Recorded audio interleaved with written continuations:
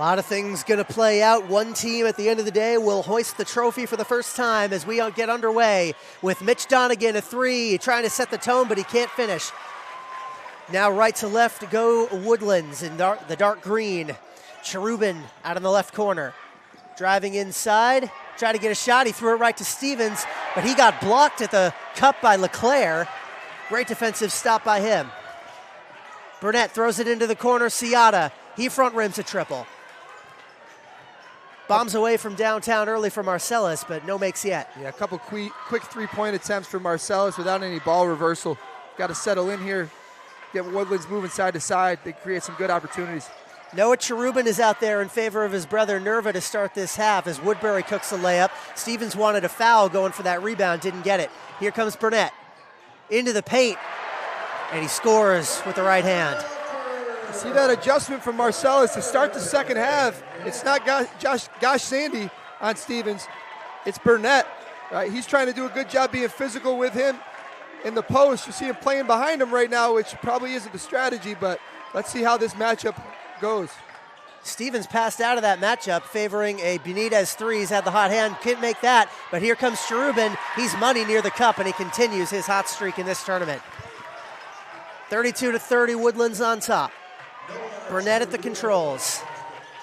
Throws it into the corner, Donegan. His foot was very close to the out-of-bounds line there. Leclerc to Ciata, around the screen, free throw line pull-up, bounces around and down. Back and forth we go here in the early goings of the third. Anybody's game. Biggest lead on either side, I think, is 4.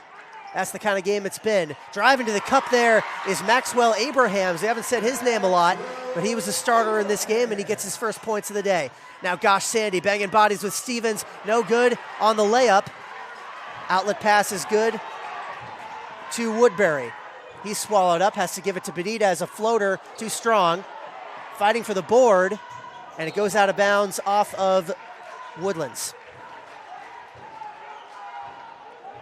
Gosh Sandy just got to take his time on that finish. I think he thought Stevens was coming over for that block, but he's got to be composed when he catches the ball in the paint there, as he's been all season long. I know he wishes he had that one back. Burnett directing traffic, gets a screen from Gosh Sandy, passes out of it to Leclerc. Bounce pass inside, Gosh Sandy, nice floater.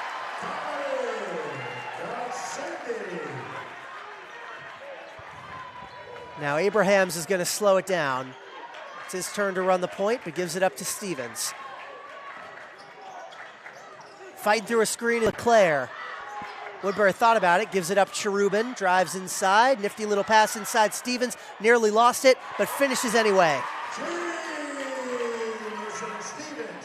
Gosh Sandy, 50-50 ball goes his way, kick out. Donegan thought about a three.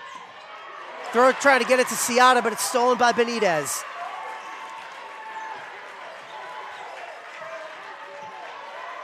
Woodbury looking to get himself going. Stevens as well, leading both sides from the field. Woodbury under the cup, no. Almost got his own miss, but it ends up with Burnett running the other way. They've got numbers if they want it. Gosh Sandy wide open under the basket, and he finishes. Marcellus doing a great job running the floor early, making Stevens run. You wonder, he hasn't come out of the game yet. Gosh Sandy's kind of been going in and out of the game, getting a few breaks, but you can see that focal point at halftime had to be discussed. Makes him misses. They're running the floor and making Stevens chase Gosh Sandy down the floor. Burnett fought through that screen to stay on Stevens. He's done a great job defensively to start this half. Now he switches on to Cherubin, trying to draw the charge, but he got a blocking foul and one for Cherubin again. Rockford will boot it away.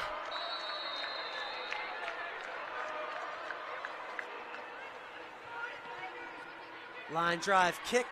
Arcs right, and it goes off of Raymond. He's able to corral it after muffing it momentarily, running to the right side until he's swallowed up. That was a good return, though. He gets down to the 35. The first time all game that Indian River has gotten really anything from its kick return game, and that's the best starting field position they've had all day. And that's off of a mishandled kick. I mean, he mishandled the kick, and maybe it threw the timing off of the cover team, but it's good field position for what they got to do. So, the game, for all intents and purposes, on the line. Teagan Wynn and company for Indian River And it goes without saying, but they're hoping they got those penalties out of their system before, and they don't have to worry about it now. Raymond takes the handoff on 1st and 10, spins forward up the middle for a gain of 2.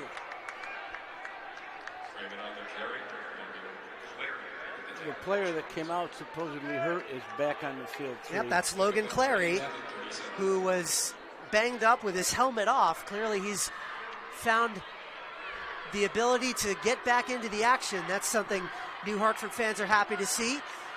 Handoff came that time to Raymond once more. And New Hartford is saying they have the football. There was a scrum after Shawcross went down, but the referees say that he was down. So 3rd and 4 already right off the bat. This is 4-down territory, of course, but a big play. We've seen them convert on these big plays before. So what will Corey Marcel and Tegan Wynn draw up here? Wynn under center, pitch to Shawcross, and he weaves through defenders, and he's got a 1st down. Big 1st down. Always there when you need him. Trevor Shawcross, one of the best backs in all of Section 3. Leads the team in pretty much every relevant offensive category. And now he'll take another pitch with his quarterback in front of him, going to the right side, turning on the jets and getting some late yardage after it looked like he might get forced out around midfield. Right. Instead, he zips past the line to gain. That was deceptive, very deceptive. I thought he was going to be stopped, and he went down the sideline. They're going to say he stepped out before the 1st down, right. So it is 2nd and 2, but that's still a lengthy gain for the speedy junior. 2nd and 2.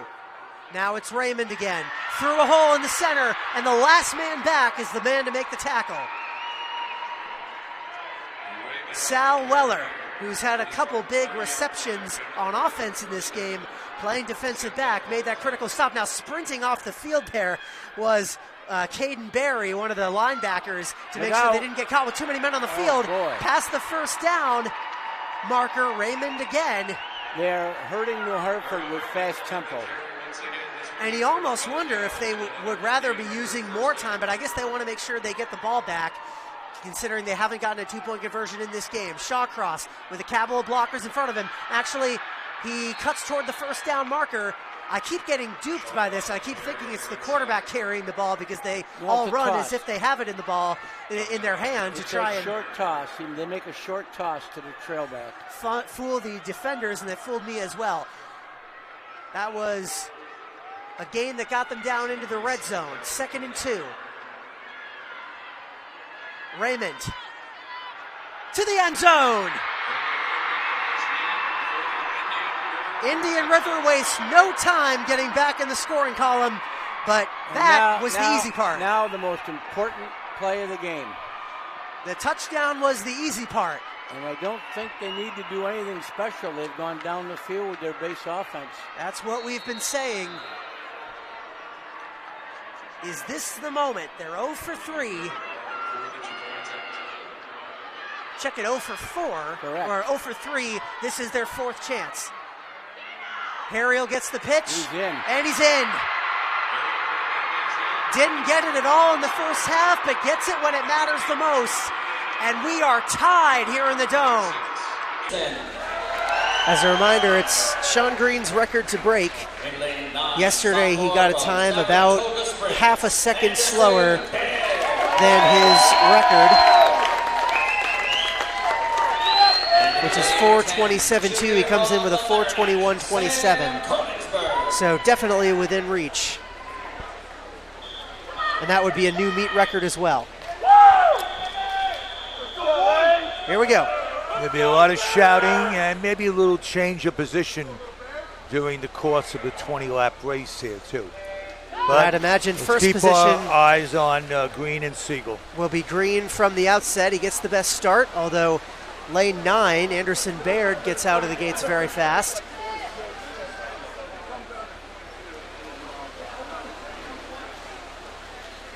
Green with those long sweeping strokes. He's in first by the end of the first 50, a split 23-5-1 just ahead of Siegel. And you're right, it does look like Siegel is trying to draft off him here and stay as close as he can. He doesn't want to lose Green because he knows that it could be a long 20 laps if he lags too far behind. And it looks as though that effort may be futile. We'll have to see. He swam some good races on Long Island during the postseason this year, Siegel, but it's tough when Green is setting the pace and he's almost ahead by about 3 or 4 body lengths. Definitely dominating here in the early stages. We'll see if Siegel or anybody else has a bit of a second wind.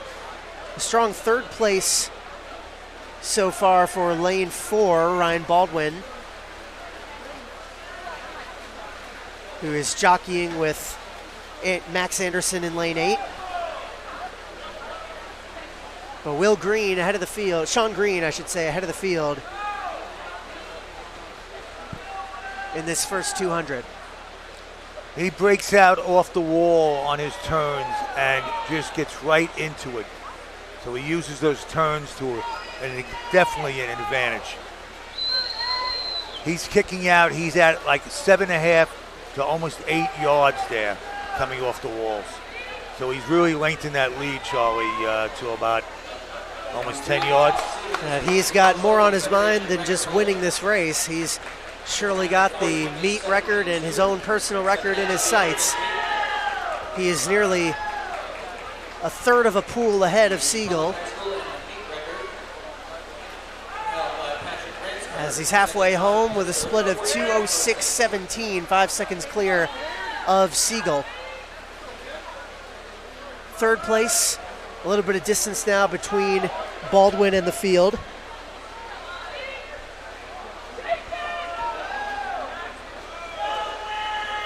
But Green will not be denied. 2:32.32 in that first 300.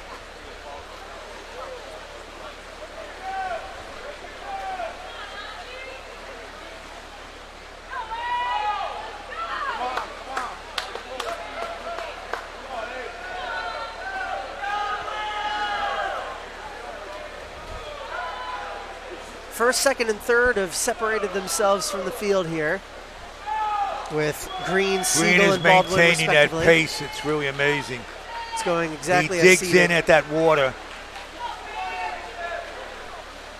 On his turns, he's pulling out, again, keeping it consistent at about 7.5 yards. So he's only swimming another 14 or 15 yards. 3:25.33 with 100 to go. A time to beat of 4:20.72. I think he has his sights on getting in the teens with his time today. He needs a 55-second 100 to do that, which is certainly within his ability. Just imagine there's a cowbell ringing because this is the final lap.